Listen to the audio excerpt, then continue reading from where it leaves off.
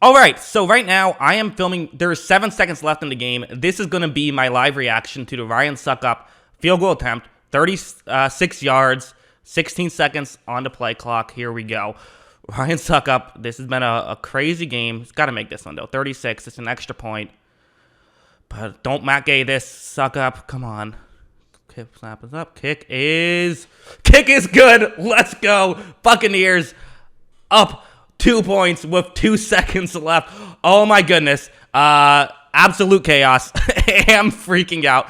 Thank God the Buccaneers have done this. Again, not over yet.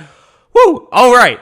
So there we go. So yes, the Buccaneers win. Tom Brady, absolutely the hero of this game. I wore my Tampa Bay shirt for this game. I was very excited. I had a great time. This was awesome. This was, I clowned the NFL for making this be the first game of the season. Well, I'm happy to be wrong because it was an awesome game.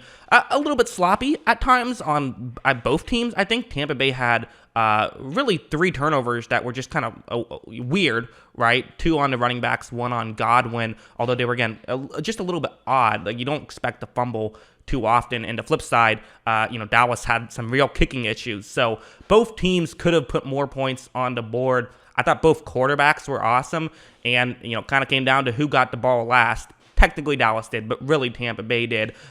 Just an incredible performance, and I really want to talk about Brady because I thought that he was just phenomenal, and I thought that his teammates at times let him down.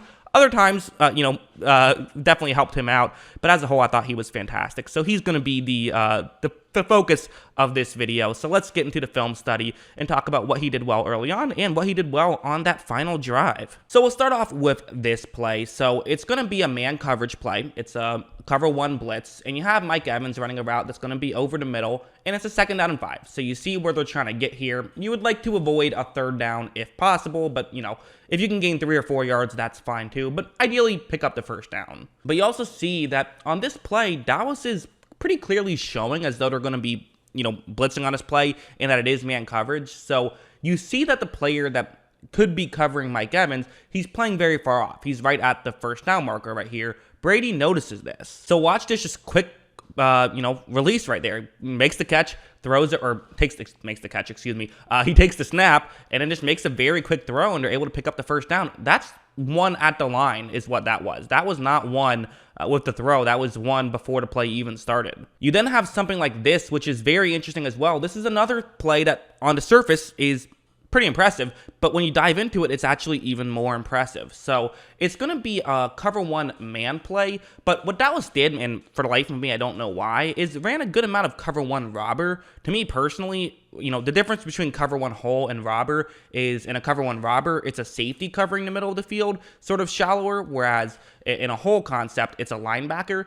I'd personally much rather have Parsons covering the middle of the field and let a safety cover a tight end, but that's just me. Especially because Parsons is a rookie linebacker, Rob Gronkowski is a future Hall of Famer, and, obviously has a great connection with Brady. And so Brady notices this. But what's unique about this play is that it's not like Parsons is going to be guaranteed to be on Gronkowski, because there's a tight end and a halfback in this game. So you do have Gronkowski running over the middle. But if Gronkowski is actually running sort of towards the right, well then the other linebacker will take on Gronkowski. Parsons would take on the back. So it's all basically which of those players ends up running closer towards the offense's left.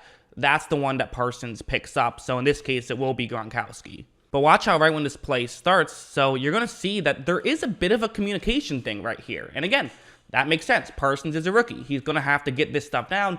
Got to get it down a little bit quicker than he did right here. So at this point, it's not that Parsons can't outrun Gronkowski. Of course he can. Parsons is really fast, and Gronkowski can still move. But, Parsons, he ran a sub 4.4. It was a pro day, so maybe less than that. But still, or more than that, excuse me. But still, he's a fast guy. There's no denying that. But since Parsons had to turn his back, that allows Gronkowski to be able to be in position to make the catch because he can look back at the ball. He knows when it's coming. Parsons doesn't, and that's what allowed Parsons to get beat. So that was more just Brady outsmarting a rookie than it was a skill play, which is really kind of fun, I think, right there. And it was also a great throw, too. This play was also amazing.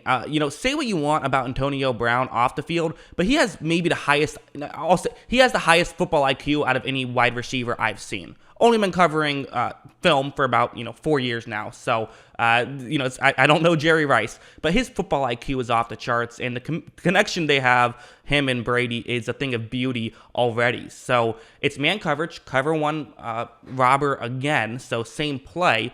And what's interesting about this is that the initial play is not going to work. Look, Brady takes a snap, isn't even looking towards Brown. He's looking off to the top of the screen, and you see Brown. His route is running over in the middle, but he's like, this isn't working. However, the Buccaneers offensive line doing good, giving Brady some more time. Antonio Brown is saying, hey, there's only a safety deep, and he's kind of gone over towards the top of the screen, so I'm just going to run deep in this direction, and, with a defensive back running down towards me, this kind of works out perfectly. So watch how he's going to go deep. Brady eventually finds him and fires one up at this point. So it looks kind of weird, and on the broadcast, I was wondering, how did this happen? And it wasn't until I rewatched it until I was able to figure it out. That's why this looks weird and why it took so long for Brown to get here. This was not designed, and this is something we've seen before. I remember a few years back, he did this with Pittsburgh against Jacksonville. That was when the Steelers finally beat Jacksonville after losing to them a few times. He also did it in that horrible blowout loss to the Saints. So he's done this a few times, and he's doing it here as well. And it's also just a beautiful ball. That's more of an Antonio Brown play, but it also goes to show Brady can pick this stuff up, and he knows, okay, Brown, he trusts Brown has this high IQ. Well, I can realize that, and also, use my high IQ to know what he's doing and make a smart play. And then you have something like this, which was wild. So what's going to happen here is that the way this play works is it's going to be a rollout with Brady. Yes, a rollout with Brady. Listen, even Tom Brady, it does make sense sometimes to get him on the move, and that's what they're going to do here. Rob Gronkowski's role on this play is he's going to start off blocking, but then he is going to run a route and try and get open. So that's how this works, and watch really exactly how this works, because again, keep in mind, it's man coverage, so there is a player in charge of covering Gronkowski, although with Brady rolling out, there is not a player in charge of covering Tom Brady alone. The only other guy is the deep safety, and then of course the 5 players who are rushing the passer on this play. And so watch how when this play starts, so there is a play action, Brady rolls out, and what's unique about this is, so I've circled 2 players, one being Gronkowski, he blocked and then he's running his route, all of that is fine. You also have another Dallas player who's in charge of covering Gronkowski, who is currently full-on sprinting, trying to cover Tom Brady and not allow him to run the ball into the end zone, and I think you just have to view this as a mistake right here. By the way, this player is Jaron Curse, so that's what they're doing. And what's going to be just, to me, a little bit crazy is it's like, I get the logic. You see a quarterback running, you don't want to let him just walk into the end zone, but you got to let, if Brady gets a rushing touchdown on you, so be it. You can't leave Gronkowski open, but the reason why they've left him open, why he's leaving him open is he just saw Gronkowski blocking and thought that Gronkowski was just going to be blocking, so that's why he's doing it. And again, this is kind of what Gronkowski being a great blocker can set up, is it can set up him then, running and getting open. When people say establish the run, this is in part what it is. You can do stuff like this. So Brady makes this throw. It looks like it's in traffic, but it actually isn't that much in traffic. It was pretty open. There's just several Dallas players in that area, which is what made it look a little bit, nerve-wracking, I would say. Of course, there was this play, so it's going to be man coverage, cover one play again.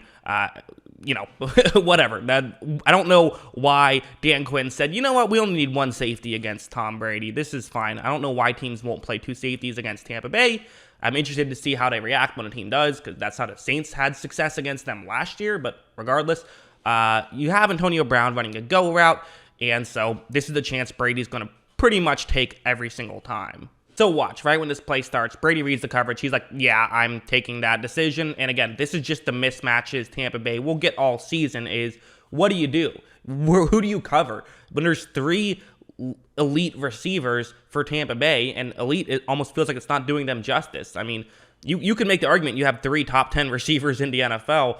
You at least have 3 true number 1 receivers in the NFL. I feel pretty confident about that, and you're seeing it right now with Brown being just wide open right here. So there's just not much you can do if you're Dallas here, and again, this is kind of a bit of a Antonio Brown play just as much as it is a Brady play. However, look, I mean, this is just a beautiful throw as well. So yes, it was wide open, but he also hit Brown exactly where you're supposed to hit him, and we've seen guys miss wide open shots down the field as well. Brady's still clearly got the deep ball, I would say. And this one was the essentially the game winner here because 24 seconds left, no timeouts left. So you got to, if you're going to get the first down, you either can spike the ball or you got to get out of bounds. You do have time to spike it, but you're running out of time. You really have to get the ball down the field here. And what's going to happen is it's man coverage, and it's Godwin running a deeper route right here. I believe this is cover one. I can't tell deep down the field, but I believe this is, in fact, cover one, unless the safety was just doing something stupid. And watch how, Brady takes the snap. He's going to make this throw, but what's crazy about this throw, and it is admittedly a little bit blurry, but to have the wherewithal here to go to the back shoulder, I'm not sure a lot of guys would do that. I think a lot of guys would just sort of throw it up. But again, Brady, he's very intelligent, right? And so watch what happens. As you see, Godwin makes the grab. For a second, I thought Godwin might be able to stay in bounds and run in. Wasn't quite able to do that. There also could have been an offensive pass interference. That was possible. Could have been called for sure. Ends up not getting called. Tampa Bay gets away with one. Bad calls are part of the game, for sure. So yeah, that's what I thought. Let me know in the comments below, what were your thoughts on Brady's performance and on the game as a whole. Football is back, baby. Pretty awesome. So yeah, hope you guys enjoyed this video. And of course, as always, thanks for watching.